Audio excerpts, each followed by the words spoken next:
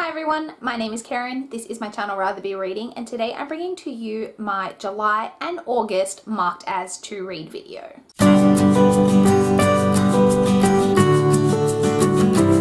So if you're new to my channel, this is a series of videos where I talk about all of the books that I was inspired, that I heard about, that I was really excited about, that I marked as to read on Goodreads during the month. Now, I'm actually doing 2 months this month. I did film this video for July, but I just never got around to posting it.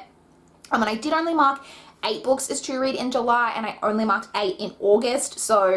And that is how many I used to on average mark as to read. So hopefully this video won't be too long and I'll just talk about all of the books for both of those months in this one video. So let's jump straight in, and as always, well, not as always, because normally I do this month to month, but we will start off with the books that I marked as to read in July. So the first book that I marked as to read in the month of July was Spellbook of the Lost and Found by Maura Filey Doyle. This is a book that I didn't really hear about anywhere specific, but I somehow came across it on Goodreads, or I heard about it, and I looked at it on Goodreads for some reason and realized that I'd never marked it as to read, despite it being a book that I've always been interested in reading.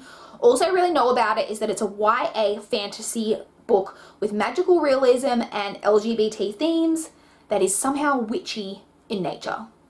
All of those things sound friggin' delightful. Like I mentioned, I've always been interested in it, so I did finally mark it as to read in the month of July. Next, I have a book that I actually heard about from Kat over at Catadactyl. This is a dark romance. It's called Keeping Her by Angela Snyder. So it's a dark romance. I believe it's about a man who has kind of a dark sexual taste, and he is only interested in sleeping with virgins, and he somehow purchases or something a new virgin to sleep with when he discovers that she is actually there against her will. So he then becomes her protector, and I think then some kind of romance forms between them later on down the line, and it is a dark romance, so if that's something you're not interested in, then this book is not for you. But Kat talked about it and she made it sound really, really interesting, and I just was really intrigued about it and thought it would be something that I might be interested in. The next 2 books that I want to talk about are both books that I heard about from Trina over at Between Chapters. The first of those is Lies You Never Told Me by Jennifer Donaldson. This one is a YA mystery, and I'm actually very vague on exactly what the plot of this one is about, but I understand that it's that it somehow deals with parallel universes or parallel timelines, that type of thing, and I'm very interested in stories that deal with that type of thing, particularly when it comes to mystery novels. So I was very, very intrigued about this one, and Trina had pretty good things to say about it. The other one I heard about from her is Not If I Save You First by Ali Carter.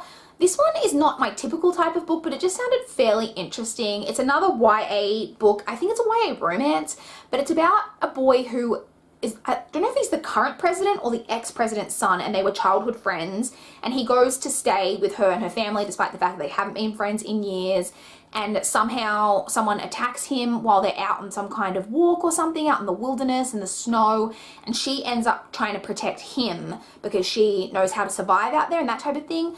Again, Trina had pretty positive things to say about it, and it just sounded pretty interesting, and I was intrigued that it was about the girl trying to protect the boy. I found that part of the synopsis very interesting and intriguing, so I was definitely interested in reading that one. Next, I have 2 books that I heard about from Lisa over at Books and Smiles. The first one is The Ones Who Got Away by Ronnie Lauren.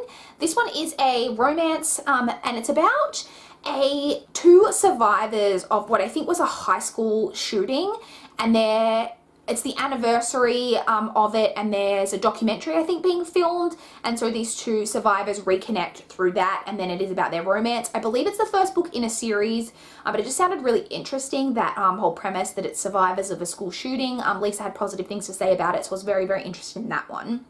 And the second one that Lisa talked about is Guess Who by Chris McGeorge. This one is an adult thriller, and it's about a reality TV style detective who, I think he got famous because he solved one crime when he was a teenager, and he's cashed in on that ever since as a reality TV detective, as I said. And he wakes up in a room one day with 5 other people and a dead body, and they're just basically being challenged by whoever they don't know to solve the crime. And that just sounds, well, for him, I don't know if everyone else is trying to solve it or if it's just they're all suspects and he's supposed to solve it, but whichever, it sounds extremely interesting.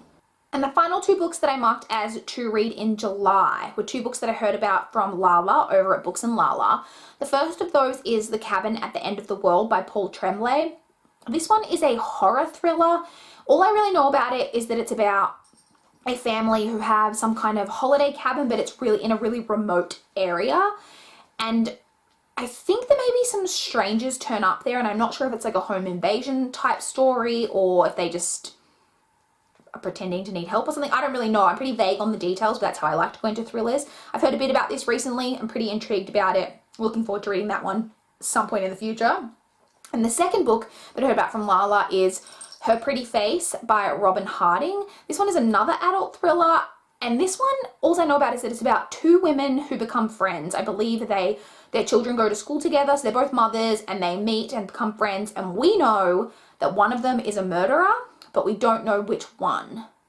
That is so intriguing, right up my alley. Very, very excited about that one. So now moving on to the books that I marked as to read in the month of August. The first of those is a book that I actually heard about, well, I first heard about it from Reagan over at Prue's Project. And this one is Heart of Thorns by Bree Barton. This one is a YA fantasy, and I'm not generally too intrigued, like for the most part, by too much YA fantasy, but this one had like kind of an intriguing plot. It's about a girl who has been training her whole life to kill this particular type of magical demon type creature who is responsible for the death of her mother. However, her father then announces that she's going to be married to the prince. And then a disastrous wedding takes place in some manner, and she then discovers that she has this same type of magic that means she is one of these demonic creatures to which she's always trained and sworn to kill. So it just sounded pretty intriguing and like it might be a lot of fun to read.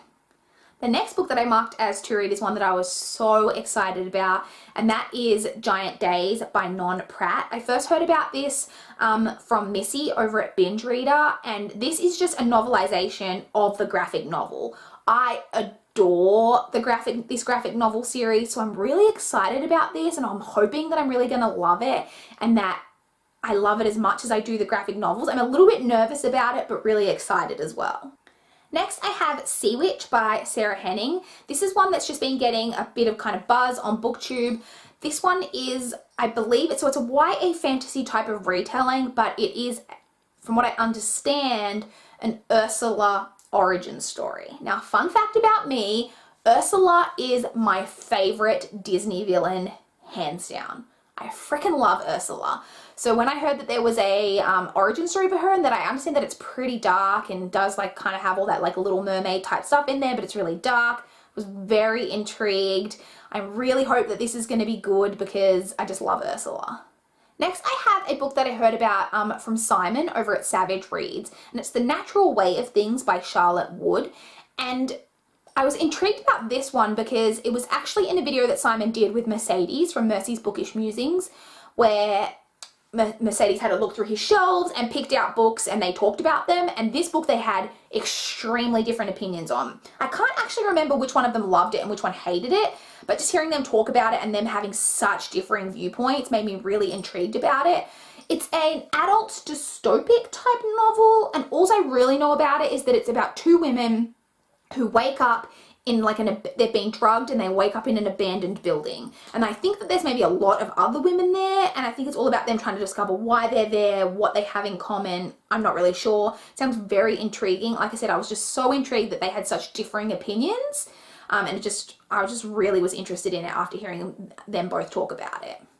Next, I have 3 books that I heard about from Gabby over at Gabby Reads. I really adore Gabby. She's one of my fave booktubers. So if you haven't, by some miracle, heard of Gabby and haven't checked out her channel, please do, because I do really, really love her. The first of those books that I heard about from her is Birthday Girl by Penelope Douglas. This one is got kind of an interesting plot that wouldn't be for everyone, but I was really intrigued about it. This is a new adult romance, and it's about a girl who has a boyfriend, and she then, through some kind of circumstances, ends up meeting her and her boyfriend are going through hard times, something I can't remember. They have to move in with her boyfriend's father. And so she meets her boyfriend's father, who is in his late 30s. I think he's like 39, and she's 19, I think. And I think it's about a romance that forms between her and her boyfriend's dad.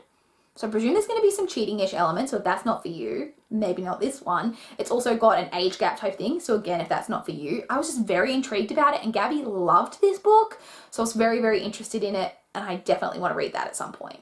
Next, we have another one that Gabby really loved, and that is I Found You by Lisa Jewell. This one is an adult thriller, and I think we're following two different types of storylines that I presume are going to converge, because they usually do.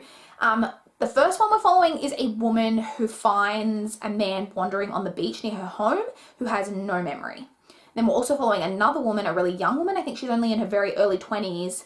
I think maybe she's an immigrant to the country, and her husband has gone missing. And then she speaks to the police, and the police tell her that her husband doesn't exist.